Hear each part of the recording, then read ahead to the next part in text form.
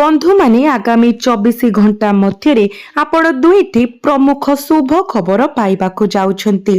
पृथ्वी रे एपरि केही नाही जे एही घटना को घटिबारु रोकी पारिबो। भाग्यर स्थपति आपणक विषय एक स्मारकी निष्पत्ति नेइछंती एवं आपणकर पूर्व कर्मर फल पाइबाकू जाउछंती। पुरस्कार एते बड़ जे आपणक जीवन रे खुशीर एक धारा प्रवाहित हेबो। आपण एपरि धनर प्रवाह देखिबे जे जदिओ आपण वर्ष वर्ष धरी एहा उपरे जीवित रहिले मध्य एहा केबे शेष हेबो नाही। आपणकू जणाइबाकू जाउछु जे महाजागतिक खातारू शेष निष्पत्ति दिया जाइछि। आपणक दारिद्र्य एवं आर्थिक कष्टर प्रत्येक धन समाधान हेबाकू जाउछि। इतिहास रे प्रथम थर आगामी 24 घंटा मध्य आपणकर एक बड़ स्वप्न सत हेबाकू जाउछि। खबर एते आश्चर्यजनक जे आपणक आखिरे आनंदर लुह आनी देबो। ठीक राति 10:42 परे आपणक जीवन रे एपरि विशाल खुशीर एक लहरी आसीबो जे आपणक समग्र परिवार सोइबाकू एते उत्साहित हेबे। काली सकाळे आसंतु आपणक ज्योतिष कुंडलीर सर्वश्रेष्ठ भंडार खोली जिवो। एहा वर्ष वर्षर प्रतीक्षार परिणाम को प्रतिनिधित्व करे। आपणक भाग्यर ताला शेष रे खोलिबाकू जाउछि एवं एक दिव्य चमत्कार आपणक जीवन रे प्रवेश करुछि। कालीर सूर्योदय आपणक इतिहासर एक नूतन अध्यायर आरंभ हेबो। वर्ष वर्ष धरी आपण जे स्वप्न एवं कहानी पई आकांक्षा करितिले ताहा शेष रे वास्तवता रे परिणत हेउछि। आपण सर्वशक्तिमान को जे समस्त प्रतिज्ञा एवं प्रार्थना करितिले ताहा एही 24 घंटा मध्य रे पूर्ण हेबा जाउछि। आगामी मास एवं श्रावणर पवित्र दिन गुड़िक आपणक जीवन रे प्रचुर आनंद भरी देव। भगवान महादेवंकर तृतीय चक्षु खोली जाइछि एवं तांको डंबरूर पवित्र शब्द रे प्रतिनिधित्व हेउछि। समस्त नकारात्मक शक्ति दूर होइजिबो एवं शुभ समाचारर एक बन्या सकारात्मकता आनिबो। आपणक जीवन रे एक महान चमत्कार सृष्टि करिबो। एहा व्यतीत जणे व्यक्ति आपणक जीवन रे प्रवेश करिबाकू जाउछंती जे आपणक भाग्यर द्वार खोली देबे। एही व्यक्ति प्रत्येक परिस्थिति कष्ट एवं समस्या रे ढाल परी आपणक पाखरे ठिया हेबे। से माने ही आपणक जीवन को प्रगति एवं सफलता आड़कू नै जिबे। एही व्यक्ति केबे भी आपणको विश्वासघातकता करिवे नाही। जदिओ बाकी दुनिया आपणको प्रतारणा करि पारे से माने केबे भी आपणको पछरु छुरी मारिबे नाही। से माने स्वयं ईश्वरଙ୍କ द्वारा प्रेरित भाग्यर एक चमत्कार एक दिव्य आशीर्वाद भावरे आपणଙ୍କ जीवन रे प्रवेश करूछंती। आज प्रकाशित सत्य प्रकृत रे आश्चर्यजनक कारण ग्रह संकलन अनुसार चंद्र एवं शुक्र एक प्रमुख पदक्षेप नेबाकू जाउछंती जहा एक विशाल परिवर्तन आनिबो। एही दुईटी ग्रह आपणक पाद तले राजकीय विलासर जीवन रखिबे। आपणकर ईर्षालु शत्रु माने आपणकर सफलता देखि हताशारे पागल होइछिबे। परवर्ती 24 घंटा कोनोसी साधारण समय नुहे। यह एक दिव्य निर्देश जहा घटिबा निश्चित। आमे आपनकु जणाई देउछु जे हे वीडियोर गोटे मुहूर्त मध्य स्किप करिबा एक भूल हेबो जहा आपनक जीवन सारा पश्चाताप कराई पारे। कारण ए दिव्य शक्ति आपणक जीवन रे एक स्मारकी परिवर्तन एवं एक सकारात्मक चमत्कार आनिबाकू संकल्प नेइछि।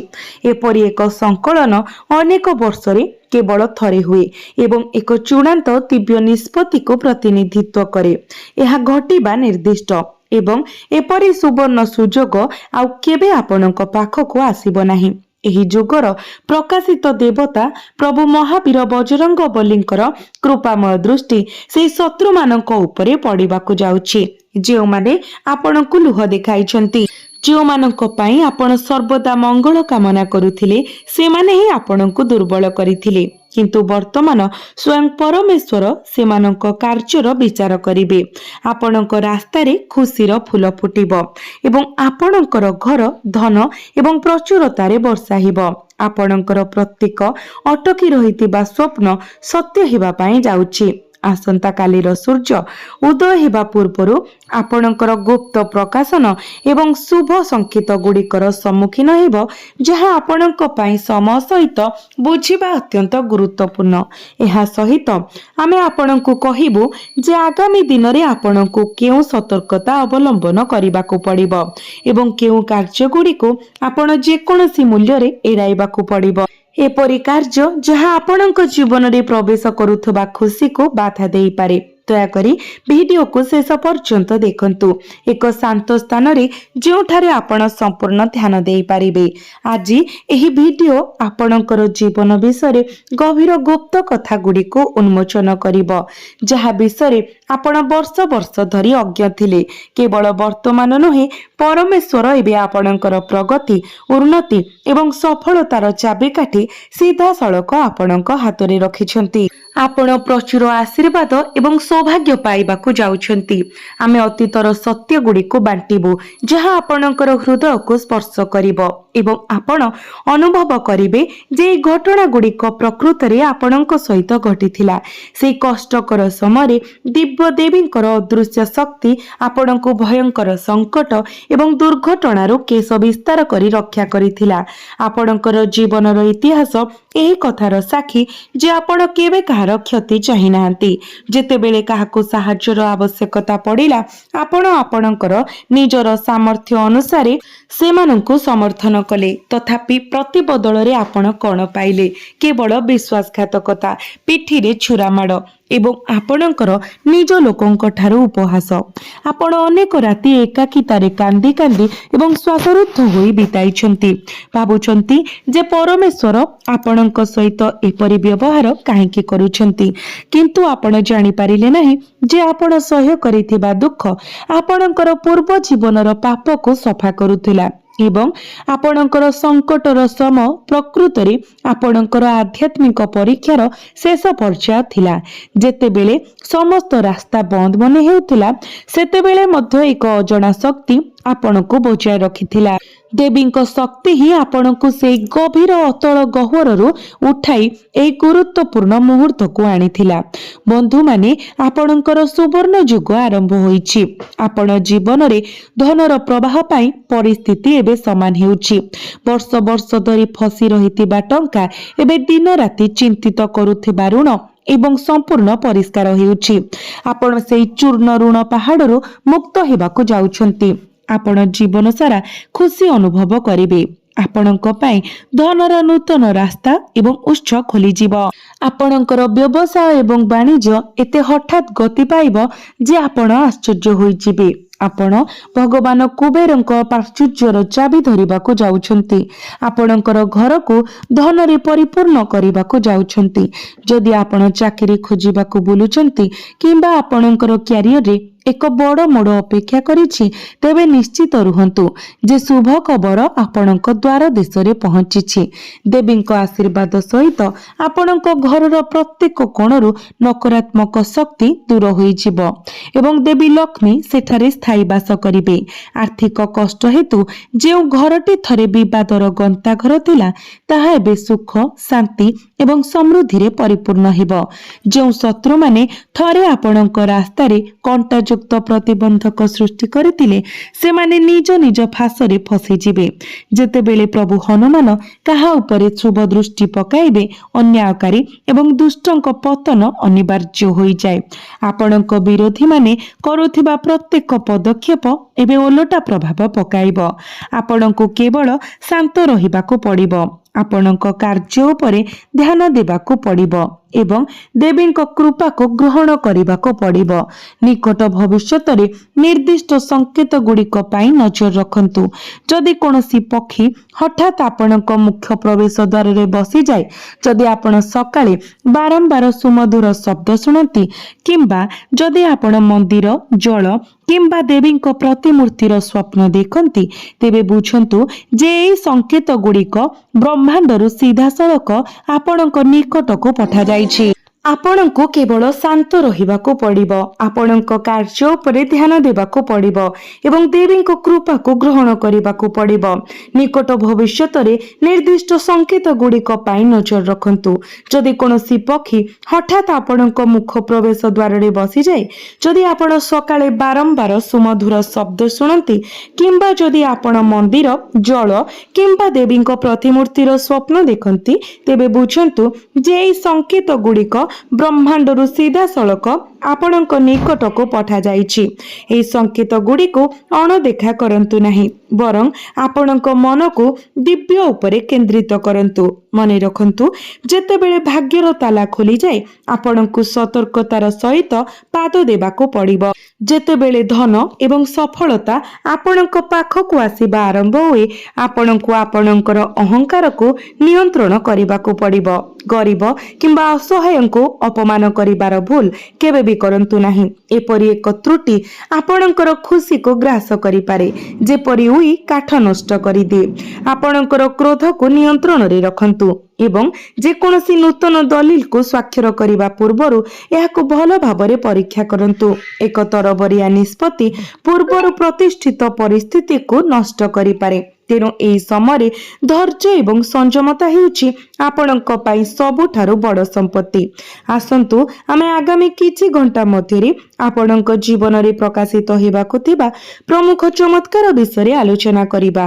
ଏହି ମହାନ ସ୍ୱର୍ଗୀୟ ସଂରଚନା ଆପଣଙ୍କ ଜୀବନର ସେହି ଅନ୍ଧାର କୋଣଗୁଡ଼ିକୁ ଆଲୋକିତ କରିବାକୁ ପ୍ରସ୍ତୁତ, ଯେଉଁଠାରେ ଆପଣ ଦୀର୍ଘ ସମୟ ଧରି ନିରାଶାରେ ବସିଥିଲେ। ଚନ୍ଦ୍ର ଏବଂ ଶୁକ୍ର ଆପଣଙ୍କ ପାଇଁ କେବଳ ଧନର ପ୍ରଭାବ ଆଣିବେ ନାହିଁ, ବରଂ ସମାଜରେ ସମ୍ମାନ, ପ୍ରତିଷ୍ଠା ଏବଂ ସ୍ଥିତିକୁ ମଧ୍ୟ ଫେରାଇ ଆଣିବେ, ଯାହାର ଆପଣ ପ୍ରକୃତରେ ଯୋଗ୍ୟ। ଆପଣ ହୁଏତ ପ୍ରାୟତଃ ଦେଖିଥିବେ ଯେ ଯେତେବେଳେ ଆପଣ ସମସ୍ତ କଠିନ ପରିଶ୍ରମ କରନ୍ତି, ଅନ୍ୟ କେହି ଜଣେ ଶ୍ରେୟ ନେଉଛନ୍ତି। ବର୍ତ୍ତମାନ ଏହି ଅନ୍ୟାୟ ଶେଷ ହେବାକୁ ଯାଉଛି। ଆପଣଙ୍କର ପ୍ରତ୍ୟେକ କାର୍ଯ୍ୟ ମହାଜାଗତିକ ଖାତାରେ ଲିପିବଦ୍ଧ ହୋଇଛି ଏବଂ ସ୍ରଷ୍ଟା ସ୍ୱୟଂ ଆପଣଙ୍କର ପ୍ରତ୍ୟେକ ଟଙ୍କା ଫେରାଇବାକୁ ଯାଉଛନ୍ତି। ଏହି ସମୟରେ ଆପଣଙ୍କୁ ଗୋଟିଏ ଜିନିଷ ଉପରେ ବିଶେଷ ଧ୍ୟାନ ଦେବାକୁ ପଡ଼ିବ। ଆପଣଙ୍କ ଜୀବନରେ ପ୍ରବେଶ କରୁଥିବା ନୂତନ ବ୍ୟକ୍ତି ଏକ ଦିବ୍ୟ ବ୍ୟକ୍ତି ପରି ଦେଖାଯିବେ। କୌଣସି ସାଧାରଣ ବ୍ୟକ୍ତି ହେବେ ନାହିଁ। ସେମାନେ ଆପଣଙ୍କୁ ଉତ୍ତମ ପରାମର୍ଶ ଏବଂ ଉପଯୁକ୍ତ ମାର୍ଗଦର୍ଶନ ପ୍ରଦାନ କରିବେ। ଏପରିକି ସବୁଠାରୁ କଷ୍ଟକର ସମୟରେ ମଧ୍ୟ ଆପଣଙ୍କ ସହିତ ସମର୍ଥନର ସ୍ତମ୍ଭ ଭାବରେ ଠିଆ ହେବେ। ଏହି ବ୍ୟକ୍ତି ଆପଣଙ୍କ ବ୍ୟବସାୟ, କ୍ୟାରିୟର କିମ୍ବା ବ୍ୟକ୍ତିଗତ ଜୀବନ ପାଇଁ ଏକ ଗୁରୁତ୍ୱପୂର୍ଣ୍ଣ ମାର୍ଗଦର୍ଶକ ପ୍ରମାଣିତ ହୋଇପାରନ୍ତି। ଯେତେବେଳେ ଆପଣ ଏହି ବ୍ୟକ୍ତିଙ୍କ ସହିତ ସାକ୍ଷାତ କରନ୍ତି, ସେମାନଙ୍କ ଚିନ୍ତାଧାରା କିମ୍ବା କଥାକୁ ଅଣଦେଖା କରନ୍ତୁ ନାହିଁ, କାରଣ ପ୍ରାୟତଃ ଭାଗ୍ୟ ସିଧାସଳଖ ଦେଖାଯିବା ପରିବର୍ତ୍ତେ ଏପରି ଦୂତମାନଙ୍କ ମାଧ୍ୟମରେ ଆପଣଙ୍କ ଭାଗ୍ୟର ଦ୍ୱାର ଖୋଲିଥାଏ। ଏବେ ଆସନ୍ତୁ ଆପଣଙ୍କ ଘରର ପରିସ୍ଥିତି ବିଷୟରେ ଆଲୋଚନା କରିବା। ଯଦି ଗତ କିଛି ମାସ କିମ୍ବା ବର୍ଷ ଧରି ଆପଣଙ୍କ ଘର ଅବ୍ୟକ୍ତ ବିବାଦ, ଚାପ କିମ୍ବା ଅସୁସ୍ଥତା ଦ୍ୱାରା ଜର୍ଜରିତ ହୋଇଛି, ତେବେ ନିଶ୍ଚିତ ରୁହନ୍ତୁ ଯେ ଏହି ପର୍ଯ୍ୟାୟ ଏବେ ଶେଷ ହୋଇଯାଇଛି। ଦେବୀଙ୍କ କୃପା ଦ୍ୱାରା ଆପଣଙ୍କ ଘରେ ସକାରାତ୍ମକ ଶକ୍ତି ପ୍ରବାହିତ ହେବ ଏବଂ ଚିକିତ୍ସା ଖର୍ଚ୍ଚ କିମ୍ବା ଅନାବଶ୍ୟକ ଦୌଡ଼ ଯୋଗୁଁ ହେଉଥିବା ଆର୍ଥିକ ନିଷ୍କାସନ ବନ୍ଦ ହୋଇଯିବ। ଆପଣ ଧନ ସଂଗ୍ରହ କରିବା ଆରମ୍ଭ କରିବେ ଏବଂ ଯାନବାହନ କିମ୍ବା ଜମି ଭଳି ନୂତନ ସମ୍ପତ୍ତି ହାସଲ କରିବା ପାଇଁ ପଦକ୍ଷେପ ନେବେ। ବର୍ଷ ବର୍ଷ ଧରି ଅଟକି ରହିଥିବା କାର୍ଯ୍ୟଗୁଡ଼ିକ ଏବେ ସହଜରେ ସମାଧାନ ହୋଇଯିବ। ତଥାପି ଏହି ବିଶାଳ ସଫଳତା ଏବଂ ଖୁସି ମଧ୍ୟରେ ଆପଣଙ୍କୁ କିଛି ଗୁରୁତ୍ୱପୂର୍ଣ୍ଣ ସତର୍କତା ଅବଲମ୍ବନ କରିବାକୁ ପଡ଼ିବ। ଆଗାମୀ ଦିନରେ ଅପରିଚିତ ବ୍ୟକ୍ତିଙ୍କ ଉପରେ ଅନ୍ଧବିଶ୍ୱାସ କରନ୍ତୁ ନାହିଁ। ଆପଣଙ୍କର ଅନ୍ତର୍ନିହିତ ଗୁପ୍ତ କଥା, ଭବିଷ୍ୟତ ଯୋଜନା କିମ୍ବା ଗୁପ୍ତ ଆର୍ଥିକ ସୂଚନା କାହା ସହିତ ବାଣ୍ଟନ୍ତୁ ନାହିଁ। ସେଗୁଡ଼ିକ ଆପଣଙ୍କୁ ଯେତେ ନିକଟତର ମନେ ହେଉନା କାହିଁକି, ଆପଣଙ୍କ ନିକଟତର କିଛି ଲୋକ ଆପଣଙ୍କ ହଠାତ୍ ପରିବର୍ତ୍ତନ ହେଉଥିବା ଭାଗ୍ୟକୁ ଈର୍ଷା କରିପାରନ୍ତି ଏବଂ ଆପଣଙ୍କ କାମରେ ବାଧା ସୃଷ୍ଟି କରିବାକୁ ଚେଷ୍ଟା କରିପାରନ୍ତି। ତେଣୁ ନୀରବ ଏବଂ ନିରବଚ୍ଛିନ୍ନ ଭାବରେ ଆପଣଙ୍କର କାର୍ଯ୍ୟ କରନ୍ତୁ। ଆପଣଙ୍କର ସଫଳତା ଶେଷରେ ନିଜେ କହିବ। ଏହା ସହିତ ନିଶ୍ଚିତ କରନ୍ତୁ ଯେ ସନ୍ଧ୍ୟା ସମୟରେ ଆପଣଙ୍କ ଘରର ମୁଖ୍ୟ ପ୍ରବେଶ ଦ୍ୱାର ଅନ୍ଧାରରେ ନ ରହେ ଏବଂ ଘରୁ ଯେକୌଣସି ବାସି କିମ୍ବା କ୍ଷତିଗ୍ରସ୍ତ ଜିନିଷକୁ ତୁରନ୍ତ ବାହାର କରିଦିଅନ୍ତୁ, କାରଣ ନକାରାତ୍ମକତା ସର୍ବଦା ମଇଳା ଏବଂ ଅନ୍ଧାର ଆଡ଼କୁ ଟାଣିଥାଏ। ଏବେ ଆମେ ଏକ ଶକ୍ତିଶାଳୀ ପ୍ରତିକାର କରିବୁ ଯାହା ଆପଣଙ୍କ ଜୀବନର ସମସ୍ତ ଅସୁବିଧାକୁ ମୂଳରୁ ବାହାର କରିଦେବ। ସଙ୍କଟ ମୋଚନ ମହାବୀର ବଜରଙ୍ଗବଲୀଙ୍କର ପ୍ରତ୍ୟେକ କୃପା ଆପଣଙ୍କ ଉପରେ ବର୍ଷିବ। ଏହି ଉପଚାର କଳିଯୁଗର ପ୍ରକାଶିତ ଦେବତା ପ୍ରଭୁ ହନୁମାନଙ୍କ ଉଦ୍ଦେଶ୍ୟରେ ସମର୍ପିତ ସବୁଠାରୁ ଅବିକଳ ଏବଂ ପ୍ରମାଣିତ ବିଧି। ମଙ୍ଗଳବାର କିମ୍ବା ଶନିବାର ଦିନ ସକାଳେ ଆପଣ ବ୍ରହ୍ମ ମୁହୂର୍ତ୍ତରୁ ସ୍ନାନ କରିଦିଅନ୍ତୁ, ଶୁଦ୍ଧ ବସ୍ତ୍ର ପିନ୍ଧନ୍ତୁ ଏବଂ ଆପଣଙ୍କ ଘରର ପୂଜା ସ୍ଥାନରେ ପ୍ରଭୁ ହନୁମାନଙ୍କର ପ୍ରତିମୂର୍ତ୍ତି କିମ୍ବା ଫଟୋ ସମ୍ମୁଖରେ ଏକ ସୋରିଷ ତେଲର ଦୀପ ଜାଳନ୍ତୁ। ଦୀପରେ 2ଟି ସମ୍ପୂର୍ଣ୍ଣ ଲବଙ୍ଗ ରଖନ୍ତୁ। ଯେମିତି ଲବଙ୍ଗ 2ଟି ସମ୍ପୂର୍ଣ୍ଣ ଅକ୍ଷତ ଥାଏ, ଭାଙ୍ଗି ନଥାଏ, ସେଥିପ୍ରତି ଧ୍ୟାନ ଦେବେ। ଏହାପରେ ପ୍ରଭୁ ହନୁମାନଙ୍କୁ ଗୁଡ଼ ଏବଂ ଭଜା ଚଣା ଅର୍ପଣ କରନ୍ତୁ ଏବଂ ପୂର୍ଣ୍ଣ ବିଶ୍ୱାସ ଏବଂ ଭକ୍ତିର ସହିତ 7 ଥର ହନୁମାନ ଚାଳିଶା ପାଠ କରନ୍ତୁ। ପାଠ ସମାପ୍ତ ହେବା ପରେ ପ୍ରଭୁ ହନୁମାନଙ୍କ ପାଦରୁ ଟିକିଏ ସିନ୍ଦୁର ନିଅନ୍ତୁ ଏବଂ ଆପଣଙ୍କ କପାଳରେ ଏବଂ ଆପଣଙ୍କ ଘରର ମୁଖ୍ୟ ପ୍ରବେଶ ଦ୍ୱାରରେ ଏକ ଛୋଟ ତିଳକ ଲଗାନ୍ତୁ। ଏହି ଉପଚାରଟି କେବଳ ପୁରୁଷମାନେ ହିଁ କରିବେ, କାରଣ ମହିଳାମାନେ ପ୍ରଭୁ ହନୁମାନଙ୍କୁ ଛୁଇଁବା ଅନୁଚିତ ଅଟେ। ତେବେ ଏହି ଉପଚାର ଆପଣଙ୍କ ଘର ଚାରିପାଖରେ ଏକ ସୁରକ୍ଷା କବଚ ସୃଷ୍ଟି କରିବ, ଯାହା କୌଣସି ଖରାପ ନଜର, କଳା ଯାଦୁ କିମ୍ବା ଶତ୍ରୁମାନଙ୍କ ଦ୍ୱାରା ମନ୍ଦ ଷଡ଼ଯନ୍ତ୍ର ପ୍ରବେଶ କରିପାରିବ ନାହିଁ। ଏହା ସହିତ ଦିବ୍ୟ ମାତାଙ୍କର କୃପା ଏବଂ ଧନ ଏବଂ ସମୃଦ୍ଧିର ଅନନ୍ତ ବର୍ଷା ପାଇବା ପାଇଁ ଆପଣଙ୍କୁ ଏକ ଶକ୍ତିଶାଳୀ ସିଦ୍ଧି ମନ୍ତ୍ର ମହାମନ୍ତ୍ର ଜପ କରିବାକୁ ପଡ଼ିବ। ଏହି ମନ୍ତ୍ର ଆପଣଙ୍କ ସୁପ୍ତ ଭାଗ୍ୟକୁ ଜାଗ୍ରତ କରିବାର ଏବଂ ଆପଣଙ୍କ ଜୀବନରେ ଥିବା ବାଧା ଗୁଡ଼ିକୁ ତୁରନ୍ତ ଦୂର କରିବାର ଶକ୍ତି ରଖିଛି। ଯେତେବେଳେ ଆପଣ ସକାଳେ ପ୍ରାର୍ଥନା କରନ୍ତି କିମ୍ବା ରାତିରେ ଶୋଇବାକୁ ଯାଆନ୍ତି, ଶାନ୍ତ ମନରେ ଏହି ମନ୍ତ୍ରକୁ 108 ଥର ଜପ କରନ୍ତୁ। ମନ୍ତ୍ରଟି ହେଉଛି ଓಂ ଶ୍ରୀ ହ୍ରୀಂ କ୍ଲିಂ ତ୍ରିଭୁବନମ୍ ମହାଲକ୍ଷ୍ମୀ ଅସ୍ମକଂ ଦାରିଦ୍ର୍ୟଂ ନାଶାୟ ନାଶାୟ ପ୍ରଚୁରଂ ଧନଂ ଦେହି ଦେହି କାମ ହ୍ରୀಂ ଶ୍ରୀಂ ଓಂ। ଏହି ମନ୍ତ୍ର ଜପ କରିବା ମାତ୍ରେ ଆପଣଙ୍କ ଚାରିପାଖରେ ଏକ ଦିବ୍ୟ ଶକ୍ତି ସୃଷ୍ଟି ହେବ, ଯାହା ବ୍ରହ୍ମାଣ୍ଡରୁ ଆପଣଙ୍କ ଆଡ଼କୁ ଧନ, ସୁଖ ଏବଂ ଶାନ୍ତି ଆକର୍ଷିତ କରିବ। ଏହା ଏକ ପ୍ରକୃତ ପବିତ୍ର ଏବଂ ଦୁର୍ଲଭ ସମୟ। ଜୀବନରେ କେବଳ ଥରେ ଆସୁଥିବା ସୁଯୋଗ ଗୁଡ଼ିକୁ ସଠିକ ଦିଗ ଏବଂ ସଠିକ କାର୍ଯ୍ୟ ସହିତ ଗ୍ରହଣ କରିବା ଉଚିତ। ଆଗାମୀ 24 ଘଣ୍ଟା ମଧ୍ୟରେ ଆପଣଙ୍କ ଜୀବନରେ ଯାହା ଘଟେ ତାହାକୁ ଏକ ଦିବ୍ୟ ଆଶୀର୍ବାଦ ଭାବରେ ଗ୍ରହଣ କରନ୍ତୁ ଏବଂ କେବେ ବି ଆପଣଙ୍କ ଆତ୍ମବିଶ୍ୱାସକୁ ଦୁର୍ବଳ ହେବାକୁ ଦିଅନ୍ତୁ